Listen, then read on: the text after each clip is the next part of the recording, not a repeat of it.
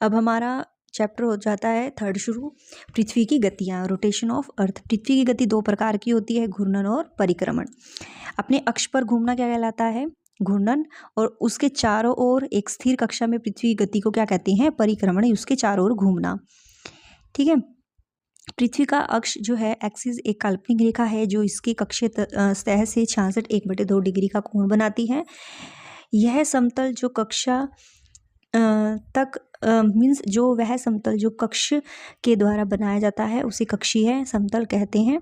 पृथ्वी सूर्य से प्रकाश प्राप्त करती है और पृथ्वी का आकार जो है गोले के समान है, इसलिए एक समय में सिर्फ इसके आधे भाग पर ही सूर्य की रोशनी प्राप्त होती है। सूर्य की ओर आने वाले भाग में दिन होता है, जबकि दूसरे भाग में सूर्य से दूर होने के कारण वहाँ पर क्या होती है, रात। जो हिस्सा मीन्स सूर्य के आगे होगा तो वहाँ दिन होगी, और ये फिर घूमेगी मतलब तो फिर यहाँ पर रात होगी। ग्लोब का वह वृत्त जो दिन तथा रात को विभाजित करता है उसे प्रदीप्ति वृत्त कहते हैं। पृथ्वी अपने अक्ष पर एक चक्कर पूरा करने में लगभग 24 घंटे का समय लेती है। घूर्णन के समय काल को पृथ्वी दिन कहा जाता है। यह पृथ्वी की दैनिक गति कहते हैं। आपको बताना है कमेंट में पृथ्वी दिवस कब मनाया जाता है। प्राचीन भारतीय खगोल शास्त्री आर्यभट्ट ने बताया था कि पृथ्वी गोल है और अपने अक्ष पर घूर्णन यानी घूमती है। पृथ्वी अगर घूर्णन न करे यानी वो अगर घूमे ना तो सूर्य के तरफ वाले पृथ्वी का भाग पर जो है हमेशा दिन रहेगा और उस भाग में गर्मी लगातार पड़ेगी और दूसरे भाग में हमेशा अंधेरा रहेगा और पूरे समय ठंड पड़ेगी अगर पृथ्वी जो है घूमेगी नहीं, रोटेट नहीं करेगी। पृथ्वी की दूसरी गति जो सूर्य के चारों ओर कक्ष में होती है उसे परिक्रमण कहा जाता है। पृथ्वी एक वर्ष या 365 1/दिन में सूर्य का एक चक्कर लगाती है। ये 4 जो दिन है ना मतलब 1/4, तो ये 4 दिन मतलब 12 महीने होते हैं, तो 4-4 करके आप ले सकते हो। मतलब 4 साल बाद आपका लीप ईयर आता है ना, तो चाहिए 4-4 महीने ऐड हो जाते हैं, है ना। तो फिर ये आपके क्या होता है, ये लीप ईयर बन जाता है। ठीक है। हम लोग एक वर्ष 365 दिन का मानते हैं तथा सुविधा के लिए 6 घंटे को इसमें नहीं जोड़ते। 4 वर्षों के प्रत्येक वर्षों के बचे हुए जो 6 घंटे हैं वे मिलकर क्या करते हैं, एक दिन यानी 24 घंटे के बराबर हो जाते हैं।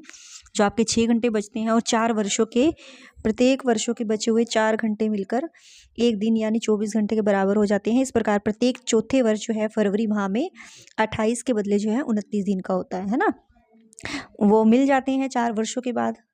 ऐसा इसीलिए इसको लीप वर्ष कहा जाता है। पृथ्वी जो है दीर्घ वृत्ताकार पृथ्वी पृष्ठ पर सूर्य के चारों ओर चक्कर लगाता है। एक वर्ष को गर्मी, सर्दी, वसंत, शरद ऋतुओं में बांटा जाता है। ऋतुओं में परिवर्तन सूर्य के चारों ओर पृथ्वी की स्थिति में परिवर्तन के कारण होता है।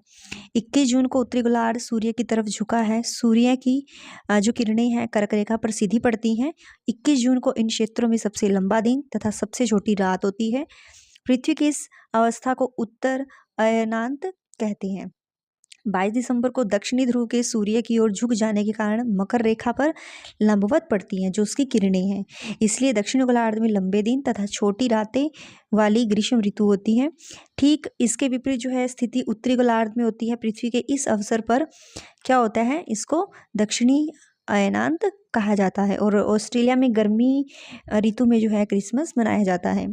21 मार्च 23 सितंबर को सूर्य की किरणें जो है विषुवत वृत्त पर सीधी पड़ती हैं, इसलिए पूरी पृथ्वी पर रात और दिन बराबर होते हैं। 21 मार्च और 23 सितंबर को इसे विषुव कहा जाता है। 23 सितंबर को उत्तरी गोलार्ध में शरद ऋतु होती है जबकि दक्षिण गोलार्ध में वसंत ऋतु होती है। 21 मार्च को स्थिति जो है इसके विपरीत होती है जबकि उत्तरी गोलार्ध में वसंत ऋतु तथा दक्षिण गोलार्ध में शरद ऋतु होती है। पृथ्वी के घूर्णन एवं परिक्रमण के कारण दिन एवं रात तथा ऋतुओं में परिवर्तन होता है।